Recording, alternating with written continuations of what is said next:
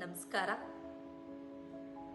ಸಾಮಾನ್ಯವಾಗಿ ನಾವೆಲ್ಲರೂ ಪೂಜೆ ಮಾಡಬೇಕಾದ್ರೆ ಭಗವಂತನಲ್ಲಿ ಕೇಳ್ಕೊಳ್ಳೋ ಒಂದು ಯಕ್ಷ ಪ್ರಶ್ನೆ ಏನು ಅಂದರೆ, ಅಲ್ಲ ಭಗವಂತ, ನಾವು ತುಂಬ ಧರ್ಮ ನಿಷ್ಠೆಯುಳ್ಳವರು, ಒಳ್ಳೆಯ ವ್ಯಕ್ತಿತ್ವವನ್ನು ಹೊಂದಿದ್ದೀವಿ, ತುಂಬ ಒಳ್ಳೆಯವರು, ನಮಗೆ ನೀವು ತುಂಬ ಕಷ್ಟವನ್ನು ಕೊಡ್ತೀಯಾ?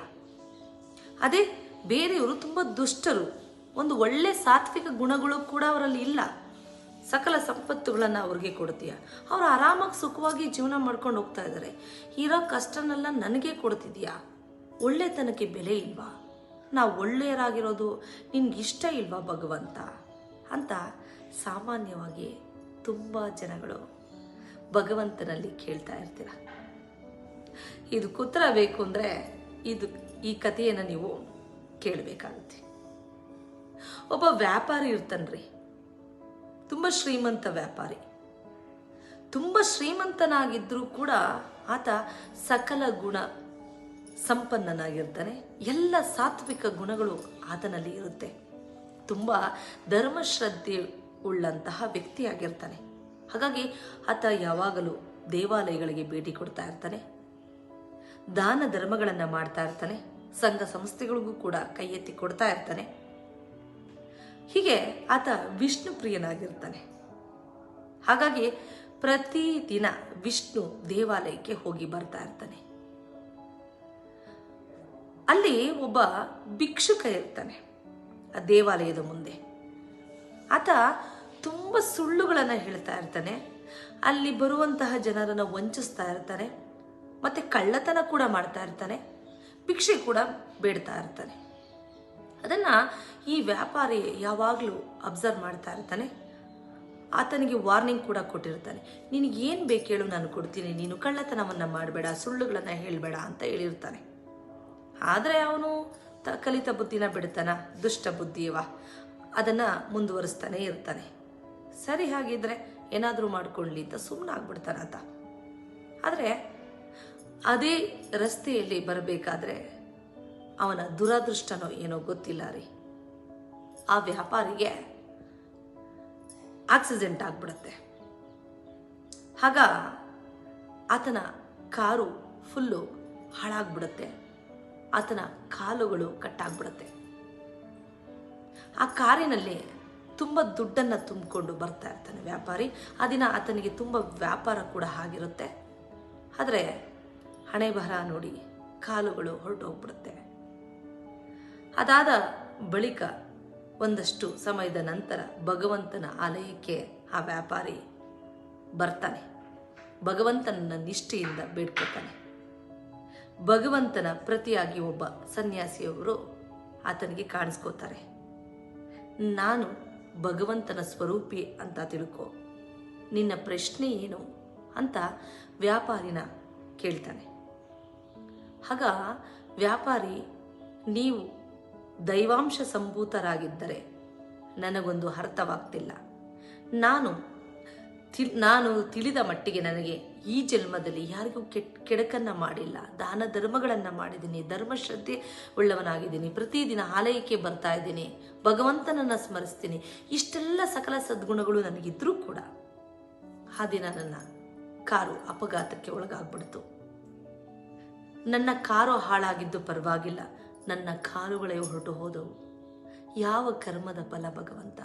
ಆದರೆ ಅದೇ ಕಾರಿನಲ್ಲಿ ಕೋಟಿಗಟ್ಟಲೆ ದುಡ್ಡಿತ್ತು, ಅದನ್ನು ಈ ಭಿಕ್ಷುಕ ಎತ್ಕೊಂಡು ಓಡಿ ಹೋದ.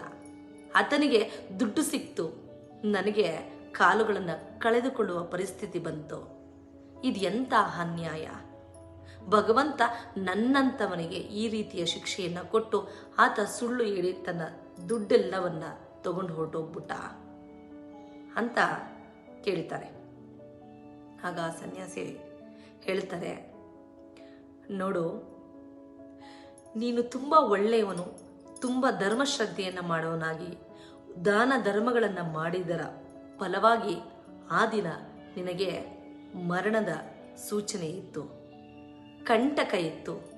ಆ ದಿನ ನೀನು ಆ ಸ್ಥಳದಲ್ಲಿ ಜೀವವನ್ನು ಬಿಡಬೇಕು ಅನ್ನೋದು ವಿಧಿ ಬರಹ ಆಗಿತ್ತು.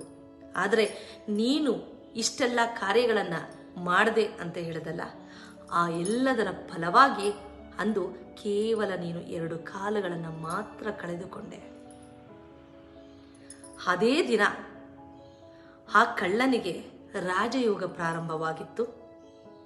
ಹಾಗಾಗಿ ನಿನ್ನ ಕಾರಿನಲ್ಲಿದ್ದ ಎಲ್ಲ ಹಣವು ಆತನ ಕೈ ಸೇರಿತು. ಆದರೆ ಆತ ದುಷ್ಟ ಆಗಿದ್ದರಿಂದ, ಸುಳ್ಳುಗಾರ, ಮೋಸುಗಾರ, ಕಳ್ಳ ಆಗಿದ್ದರಿಂದ ಆ ದುಡ್ಡು ಎಲ್ಲವನ್ನೂ ತೆಗೆದುಕೊಂಡು ಹೋಗಿ